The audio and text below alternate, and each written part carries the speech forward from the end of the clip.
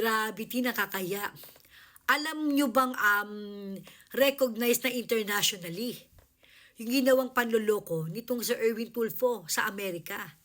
Yes, Sir Erwin Tulfo, si Utol Erwin, na tumatakbo bilang senador, okay, ng Pilipinas next year, ay nabukayo na sa kanyang panloloko sa Amerika.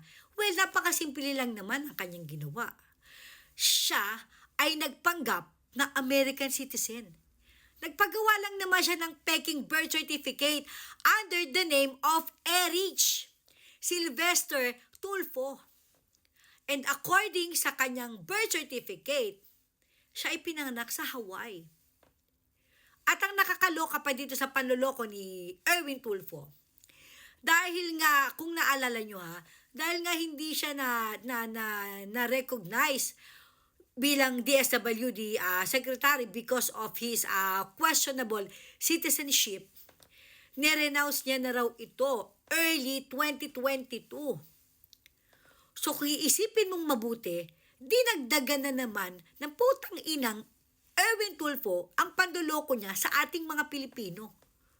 Anong nirenounce mo? Saan ka nag-renounce ng yung pagiging Amerikano?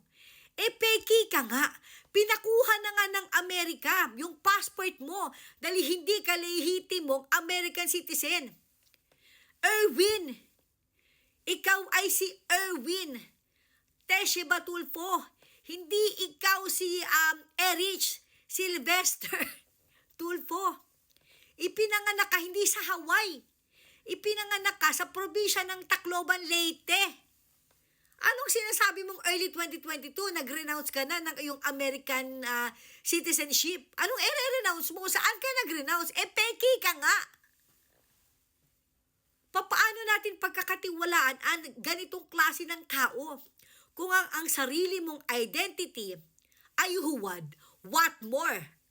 Yung i-offer mong paglilingkod bayan, malamang sa malamang huwad din ito. Ugali nyo ng mga Tulfo ang panloloko. Remember yung kapatid nitong si Rafi Monyo, ganyan din ang ginawa. Dahil gusto niyang magkaroon ng American, ng green card sa Amerika, pinakasalan niya si Celedonia Amos sa States.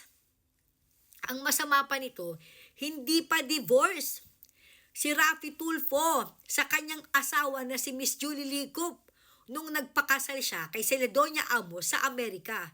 Alam mong ginawa ni Tulfo? Simple lang. Katulad ng ginawa ni Chupaeng, ay ni Erwin Tulfo. Pinaki din niya ang kanyang pangalan. Instead of Rafael Tesheba Tulfo, ang ginamit niya, Rafael Tanco Tulfo. So malamang sa malamang, meron din itong birth certificate. Kasi paano ka magpapakasal sa Amerika kung wala kang birth certificate na isasubmit? So pati ang birth certificate nito, ganun din, dalawa rin. Rafael Tanco Tulfo. At ang birthday niya, dalawa rin.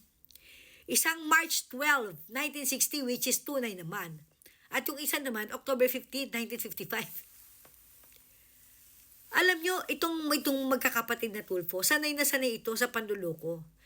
Gaano katindi ang lakas ng loob at kapal ng apog nyo na lokohin ang bansang Amerika. Kung ang bansang Amerika niloloko o niloko ng magkapatid na ito, what more tayong mga Pilipino? Lalo't higit, karamihan sa mga humahanga sa walang hiyang putang inang magkapatid na to, mga kababayan nating nasa laylayan. Kaya-kaya nilang utuin. O ngayon, Erwin Erich Sylvester, bukayo ka na. Nagpapanggap kang American citizen. Nagpagawa ka ng birth certificate, nakakahiya ka. Nakakahiya ka. Gravity, ang kapal ng mukha mo, Erich Sylvester. Grabe. What the fuck? Nakakahiya ka.